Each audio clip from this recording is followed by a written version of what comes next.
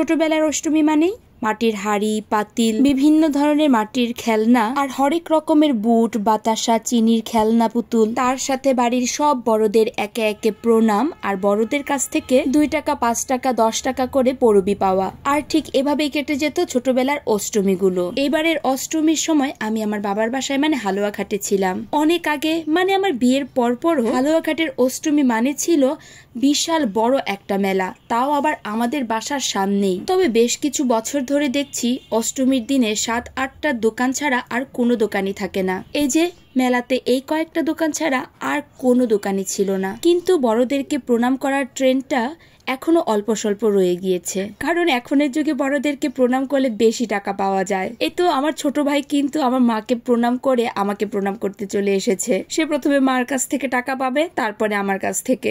আর বাবা তাকে অলরেডি 100 টাকা পরবি দিয়ে দিয়েছে। আগে তো 2 টাকা 5 টাকা 10 টাকা পরবি পেতাম, আর এখন নমস্কার করলে 100 টাকা পরবি পাওয়া যায়। আগে আমাদের বাসার সামনে এত বড় মেলা বসতো, সেই মেলাটা আমি এখন ভীষণ মিস করি। আমার মতো আরো অনেকেই এই মেলাটাকে মিস করে। যাই হোক, এখন আমি চলে যাচ্ছি আমার বাবাকে নমস্কার করার জন্য আর তার কাছ থেকে পরবি পাওয়ার জন্য।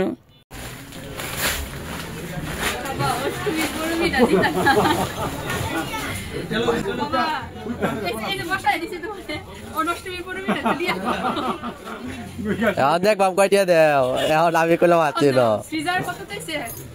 সিটা কত চাইছিল? গুপির টিকা ফ্রিজার টিকা আমার কত বেশি? মামা আমি ঠিক কে দাও আর 400 দাও। সিটাটা দিয়াম না মা। 400 টাকা দাও। দেখা আমার 400 টাকা দাও। বড় না? না বড় দেখে কি? শুরু একটু দেখা আমারে কত দিছে বাবা? এটা ঠিক করছো না? আমার বাবা গুপিকে 100 টাকা পরবি দিয়েছে আর আমাকে 500 টাকা পরবি দিয়েছে। তাতে আমার ভাইয়ের মাথায় একদম হাত, মানে তার বড় বোন এত টাকা পেয়ে গেল। যাই হোক, এদিকে আমার ত্রিধা আর শ্রেষ্ঠা দাদুকে প্রণাম করে পুতুল নিচ্ছে। বাবা শখ করে এই মাটির পুতুলগুলো তাদের জন্য কিনে নিয়ে এসেছে। শ্রেষ্ঠা অনেক ছোট, তাই শ্রেষ্ঠা একদম নমস্কার করতে চাইছিল না। তো যাই হোক, বাবা তার হাতে পুতুলটা দিয়ে দিল, একটু আদর করে দিল। আর এই যে দেখুন আমার সৃজার অবস্থা। এই নমস্কারটা বাবার পছন্দ হয়েছে একদম। বাবার তো সৃজার প্রণাম ভীষণ পছন্দ হয়েছে, তাই বাবা জিজ্ঞাসা করছিল, সৃজা এইবার তুই কত টাকা নিবি? মানে দাদু নাতনি খুনসুটি আর কি। তবে এই যে দেখুন আমার শ্রেষ্ঠা বুড়ির অবস্থা, পুতুলটা হাতে পাওয়ার সাথে সাথেই তার হাত থেকে পড়ে ভেঙে গিয়েছে।